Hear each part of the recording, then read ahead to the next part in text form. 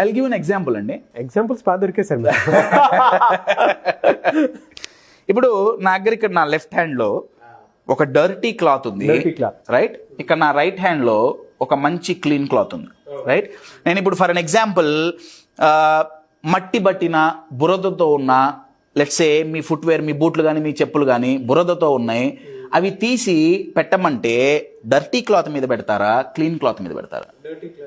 Dirty cloth మీద పెడతారు. మనం కనుక అంటే బయట నుంచి విడిచేటువంటి థింగ్స్ ఏవైతే ఉంటాయో ఇంపార్టెన్స్ ఇవ్వనటువంటి పెద్దగా అబ్సల్యూట్లీ 100% అవన్నీ దీని మీదకి వస్తాయి. సో ఆ డర్టీ బూట్లు కానీ ఇంకేమైనా కానీ ఇప్పుడు మీ వాలెట్ తీసి పెట్టమంటే దీని మీద పెడతారా, దీని మీద పెడతారా? ఆబ్వియస్లీ క్లీన్ క్లాత్ మీద పెడతారు. Clean cloth. మీరు మంచిగా ఉతిగా ఐరన్ చేసిన బట్టలు పెట్టమంటే డర్టీ క్లాత్ మీద పెడతారా, క్లీన్ క్లాత్ మీద పెడతారా? Clean cloth. My dear friends, you attract what you are. ఇవి 2 క్లాత్స్ కాదు, 2 మనస్థితులు. నా మైండ్లో ఆల్రెడీ నెగిటివ్తో మరకలు పడి ఉంది. నా మైండ్ ఓన్లీ నెగిటివ్ని అట్రాక్ట్ చేస్తుంది. ఫ్యాంటాస్టిక్. నా మైండ్ పాజిటివ్తో నిండుంది, పాజిటివిటీనే అట్రాక్ట్ చేస్తుంది. నా మీద నాకు బొచ్చడు డౌట్లు ఉన్నాయి, బయట నుంచి అవే డౌట్లు కనిపిస్తాయి. ఎప్పుడైతే డౌట్లు ఉంటాయో బయట నుంచి జరిగే సిచ్యువేషన్స్ అన్నీ నువ్వు చేయలేవు, నీ వల్ల కాదు, నువ్వు చేయలేవు, నీ వల్ల కాదు, అట్లాంటి ప్రూఫ్సే కనపడతాయి.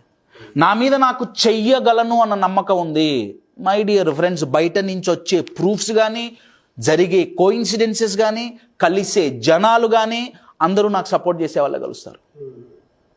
Your getting it?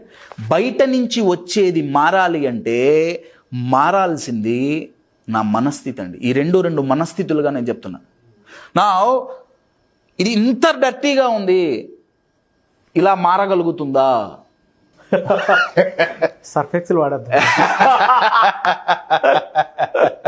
మారగలదండి.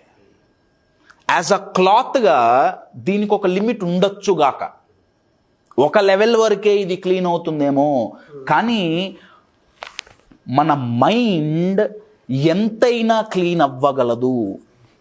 క్లాత్ని అసలు టోటల్గా డర్టీగా ఉంది, మారట్లా, ఎంత ఉతికినా ఎంత క్లీన్ చేసినా మారట్లా, రీసైకిల్ చేసి కొత్త తయారు చేయండి. చాయిస్, ఛాన్స్ రెండు. అబ్సల్యూట్లీ. చాయిస్ అండ్ ఛాన్స్ కావాలి అంటే నేను చాయిస్ తీసుకోవాలి. అవును. నేను ఈ రెండిట్లో నేను ఏం చూస్ చేసుకుంటున్నా, ఏ మనస్థితి నేను చూస్ చేసుకుంటున్నా?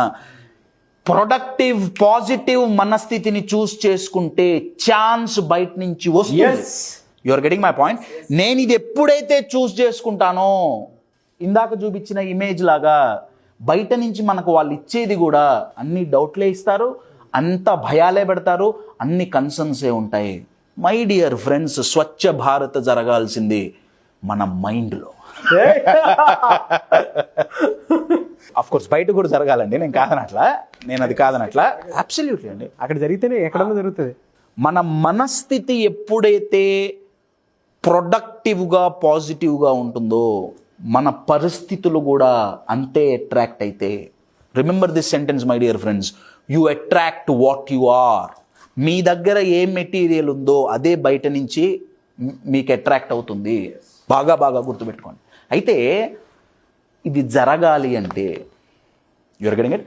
ఇప్పుడు మనల్ని మనం జైల్లో పెట్టుకున్నాం, ఓకే, డౌట్తో ఏదైనా కానివ్వండి.